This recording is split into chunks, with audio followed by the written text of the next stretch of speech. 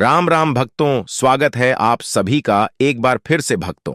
अगर आप अपनी लाइफ में कुछ नया सीखना चाहते हैं तो चैनल को सब्सक्राइब जरूर करिएगा भक्तों। भाद्र मास की पूर्णिमा से पितृपक्ष शुरू हो जाते हैं, जो आश्विन मास की अमावस्या पर समाप्त होते हैं। हिंदू पंचांग के अनुसार भाद्रपद माह की पूर्णिमा तिथि का आरंभ 17 सितंबर को सुबह 11:54 से शुरू होगा। पूर्णिमा तिथि का समापन 18 सितंबर को सुबह 8:07 से शुरू होगा, 4 मिनट पर होगा। पूर्णिमा श्राद्ध 17 सितंबर को किया जाएगा। वहीं प्रतिपदा तिथि की श्राद्ध तिथि 18 सितंबर को पड़ रही है। बता दें कि श्राद्ध पक्ष प्रतिपदा तिथि से शुरू होता है, इसलिए 18 सितंबर से पिंडदान, तर्पण, ब्राह्मण भोजन और दान जैसे अन्य दूसरे कार्य किए जाएंगे। ऐसे में पितृपक्ष का आरंभ 18 सितंबर से हो रहा है, जो कि 2 अक्टूबर 2024 तक चलेगा। पितृपक्ष पर पूर्वजों के लिए श्राद्ध कर्म किया जाता है। इन दिनों में पिंडदान, तर्पण, हवन और अन्नदान मुख्य होते हैं। यह दिन पितरों को समर्पित होते हैं। ऐसी मान्यता है कि जो लोग पितृपक्ष में पूर्वजों का तर्पण नहीं करते, उन्हें पितृदोष लगता है। श्राद्ध के बाद ही पितृदोष से मुक्ति मिलती है। श्राद्ध से पितरों को शांति मिलती है, वे प्रसन्न होते हैं और उनका आशीर्वाद परिवार को प्राप्त होता है। जिस किसी के परिजन, चाहे वो विवाहित हो या अविवाहित बच्चा हो या बुजुर्ग स्त्री हो या पुरुष, जिनकी मृत्यु हो चुकी है, उन्हें पीतर कहा जाता है। पितृपक्ष में मृत्युलोक से पीतर पृथ्वी पर आते हैं और अपने परिवार के लोगों को आशीर्वाद देते हैं। पितृपक्ष में पितरों की आत्मा की शांति के लिए तर्पण किया जाता है। पितरों के प्रसन्न होने पर घर में सुख शांति आती है। ऐसी मान्यता है कि श्राद्ध पक्ष में यमराज मृत जीवों को मुक्त कर देते हैं, ताकि वे अपने परिजनों के यहां जाकर तपन ग्रहण करें और पूरे परिवार को आशीर्वाद देकर जाएं। भक्तों, श्राद्ध की उत्पत्ति श्रद्धा से हुई है, यानी कि अपने पितरों के प्रति सच्ची श्रद्धा रखने का पर्व ही पितृपक्ष है, श्राद्ध पक्ष है। दुनिया से विदा हो चुके पितरों की आत्मा की तृप्ति के लिए सच्ची भावना के साथ जो तर्पण किया जाता है, बस उसे श्राद्ध कहते हैं। पितृपक्ष में कब करें, किसका श्राद्ध? शास्त्रों के अनुसार पितृपक्ष में अपने घर के सभी दिवंगत लोगों का श्राद्ध उनकी मृत्यु तिथि पर ही करना चाहिए। मृत्यु तिथि से तात्पर्य उस तिथि से है जो तिथि अंतिम श्वास परित्याग करते समय विद्यमान हो। उस तिथि को श्राद्ध पक्ष में दोपहर के समय 12:30 से दोपहर 1 बजे तक के बीच में श्राद्ध कर्म करना चाहिए। अगर आप अपने दिवंगत लोगों की मृत्यु तिथि के बारे में नहीं जानते हैं, तो आप उनका श्राद्ध सर्वपितृ अमावस्या के दिन ही करें। अगर आपके घर में जिन लोगों की स्वाभाविक या सामान्य मृत्यु चतुर्दशी तिथि को हुई हो, आपको उनका श्राद्ध चतुर्दशी तिथि पर बिल्कुल भी नहीं करना चाहिए, बल्कि त्रयोदशी या अमावस्या के दिन आपको उन लोगों का श्राद्ध करना चाहिए। आपके परिवार में जिन लोगों की अकाल मृत्यु हुई हो, तो उनका श्राद्ध मृत्यु तिथि वाले दिन बिल्कुल भी नहीं करना चाहिए। अकाल मृत्यु जिन लोगों की भी होती है, उनका श्राद्ध चतुर्दशी तिथि पर करना चाहिए, चाहे उनकी मृत्यु किसी भी तिथि पर क्यों ना हुई हो। सौभाग्यवती स्त्री, अर्थात पति के रहते हुए जिस महिला की मृत्यु हो गई हो, उस महिला का श्राद्ध नवमी तिथि पर ही किया जाता है, चाहे उनकी मृत्यु की तिथि कोई भी हो। ऐसी स्त्री जो मृत्यु को प्राप्त हो चुकी हो लेकिन उनकी तिथि पता न हो, तो उन स्त्रियों का श्राद्ध भी मात्र नवमी तिथि को ही करने का विधान है।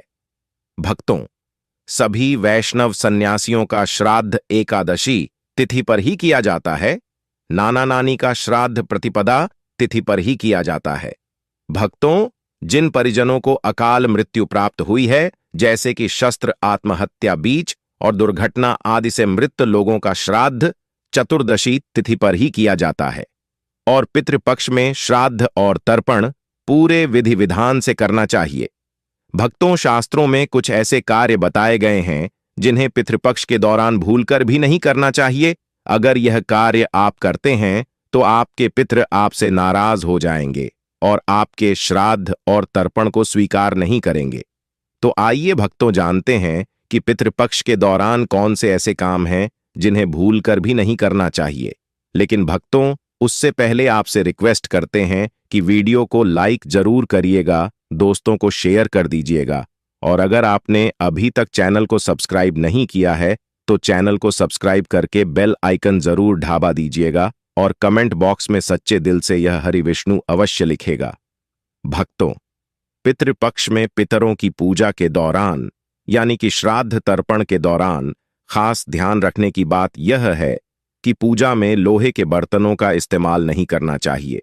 ऐसी मान्यता है कि पितृपक्ष के दौरान लोहे के बर्तन का इस्तेमाल करने से परिवार पर उसका अशुभ प्रभाव पड़ता है, इसलिए इस दौरान विशेष रूप से तांबा, पीतल या अन्य धातु के बने बर्तनों का ही इस्तेमाल करें।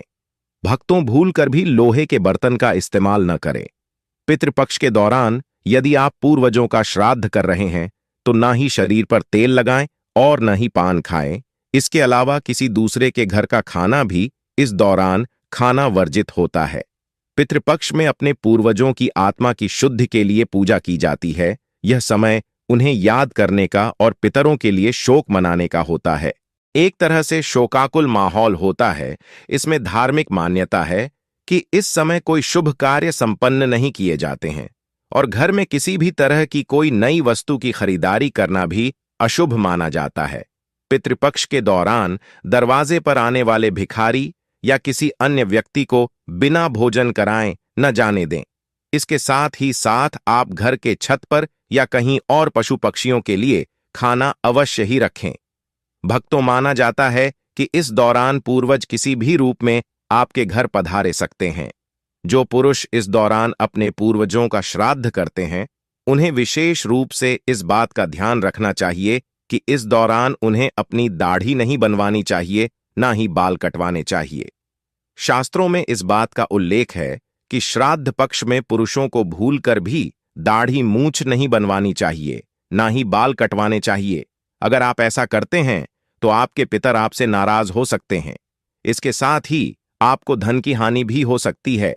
पितृपक्ष के दौरान घर पर ही बनाए गए सात्विक भोजन से अपने पितरों को भोग लगाना चाहिए। यदि आपको अपने पूर्वजों की मृत्यु तिथि याद है तो ध्यान रखते हुए उस दिन ही पिंड दान करें, नहीं तो फिर पितृपक्ष के आखिरी दिन पिंड दान अथवा तर्पण की विधि पूजा संपन्न करनी चाहिए। भक्तों, श्राद्ध कर्म में काले तिल का प्रयोग करना चाहिए। श्राद्ध में भूलकर भी सफेद तिल का इस्तेमाल नहीं करना चाहिए। पिंड दान करते वक्त तुलसी का पत्ता अवश्य ही रखें। श्राद्ध कर्म हमेशा दोपहर के समय में करना चाहिए। कभी भी शाम, रात, सुबह या अंधेरे में श्राद्ध कर्म नहीं करने चाहिए। मित्रों, पितृपक्ष में गायों, ब्राह्मणों, कुत्तों और चींटियों को भोजन खिलाएं। श्राद्ध पक्ष के दौरान कोई भी शुभ कार्य न करें, जैसे कि मुंडन वाहन खरीदना या कोई नई जमीन खरीदना या व्यापार खरीदना या गृह प्रवेश करना। शादी, विवाह इत्यादि कार्य श्राद्ध पक्ष के दौरान नहीं करनी चाहिए। श्राद्ध पक्ष के दौरान केवल आप घर की जो बहुत ही जरूरी चीजें होती हैं, रोजमर्रा के इस्तेमाल की चीजें होती हैं, बस वही चीजें आप खरीद सकते हैं।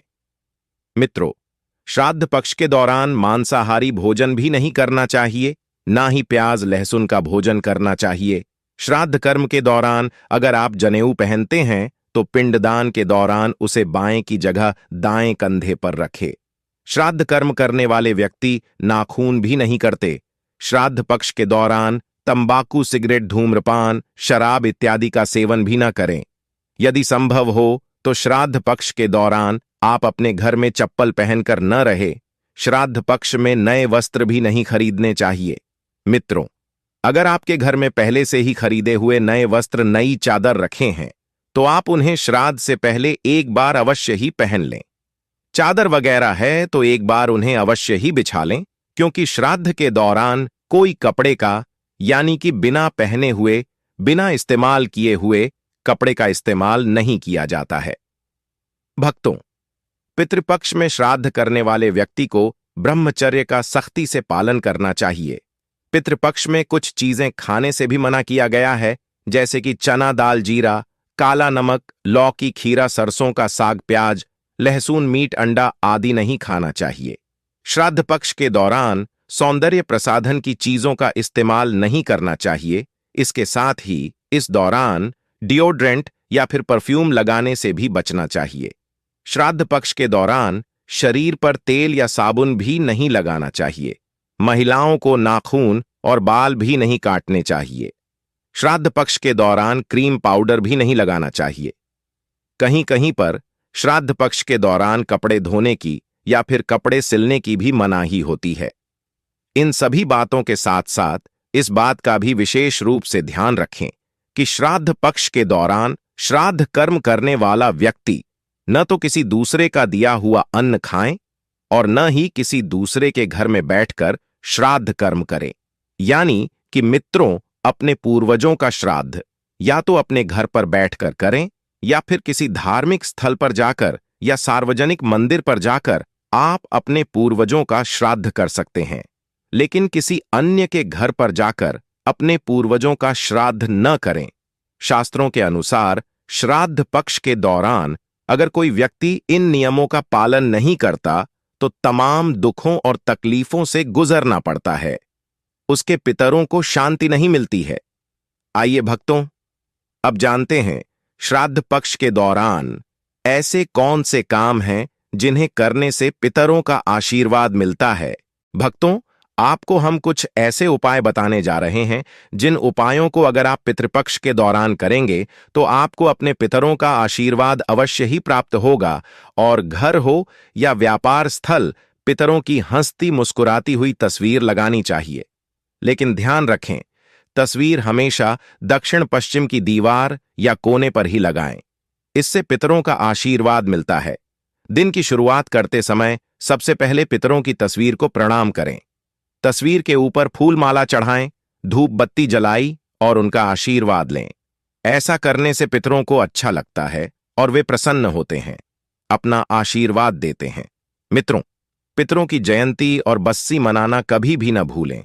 इस दिन कोई न कोई आयोजन जरूर करें, भले ही छोटा सा ही करें, लेकिन उन्हें याद जरूर करें। साथ ही उनकी याद में खाना और मिठाइयां भी बांटें।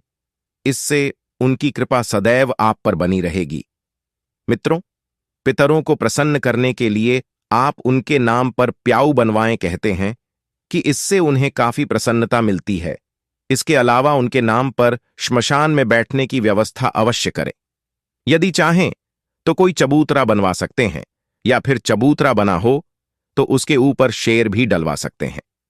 मित्रों, पितरों को प्रसन्न करने के लिए अधिक से अधिक दान करें। चाहे तो धन या किसी अन्य वस्त्र या जरूरत की वस्तुओं का दान भी दे सकते हैं। इससे पितरों को शांति मिलती है और वे प्रसन्न होते हैं। पितृपक्ष में रोज पितरों के निमित्त जल जो काले तिल और पोस्ट के साथ पितरों का तर्पण करने से पितृ प्रसन्न होते हैं और पितृ दोष दूर होते हैं।